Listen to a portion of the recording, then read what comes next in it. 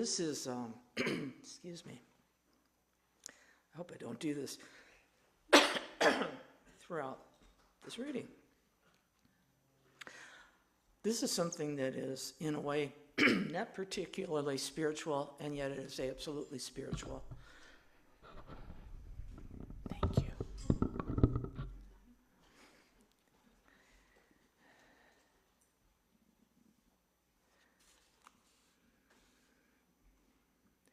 Perspective shifts can't be forced. Darn it.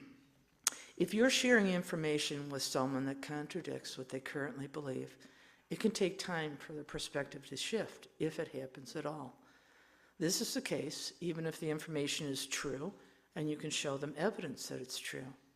Sometimes people build fortresses around the perspectives and find evidence to reinforce them so that no one can kick them over. What can make it easier for someone to see what we see is connection. In an Italian poem called Quattro Occhi, the poet describes how when you're in love, you get to see the world through 4 eyes instead of 2. I adore this poem because it captures some of the main reasons why loving someone can be life-changing. We get to see ourselves through the perspective of someone who thinks we're beautiful or brilliant or brave, who can see our strengths, the rest of the world, even when we may only see our struggles. And we get to experience the rest of the world through their perspective too.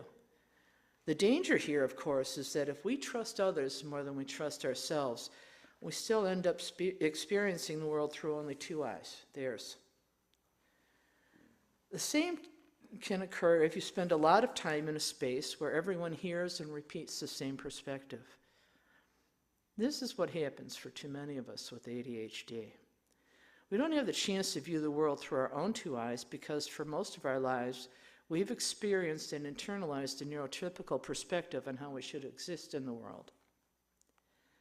Opening our minds to other perspectives when we feel safe enough to do so exposes us to new ideas and gives us new choices.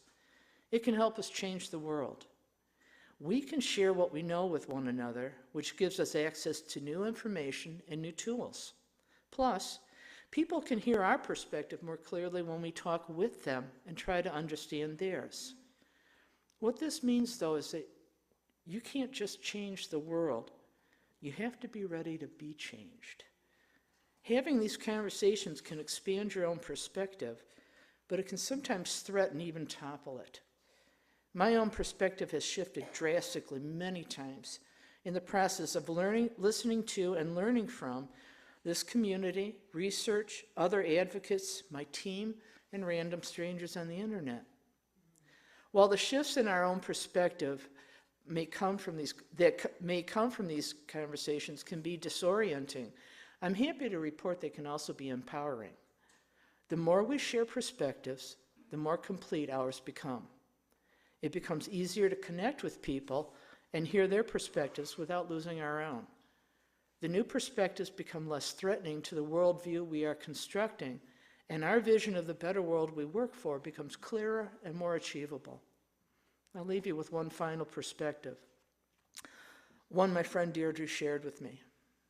If you want to change the world, you can. Now, as you are. If you want a world that's more accepting and understanding, accept and understand someone. And the world will be a more accepting and understanding place. It's inevitable because you're part of the system. We all are. One more thing. It's going to be a long spring. Excuse me. A poem by Rosemerry Wahtola Trommer, titled Because. So I can't save the world. Can't save even myself. Can't wrap my arms around every frightened child. Can't foster peace among nations. Can't bring love to all who feel unlovable. So I practice opening my heart right here in this room and being gentle with my insufficiency. I practice walking down the street heart first, and if it is insufficient to share love, I will practice loving anyway. I want to converse about truth, about trust. I want to invite compassion into every interaction. One willing heart can't stop a war. One willing heart can't feed all the hungry.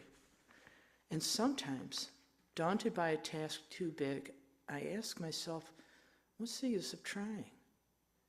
But today the invitation is clear, to be ridiculously courageous in love, to open the heart like a lilac in May, knowing freeze is possible and opening anyway, to take love seriously, to give love wildly, to race up to the world as if I were a puppy, adoring and unjaded, stumbling on my own exuberance, to feel the shock of indifference, of anger, of cruelty, of fear, and stay open, to love as if it matters, as if the world depends on it.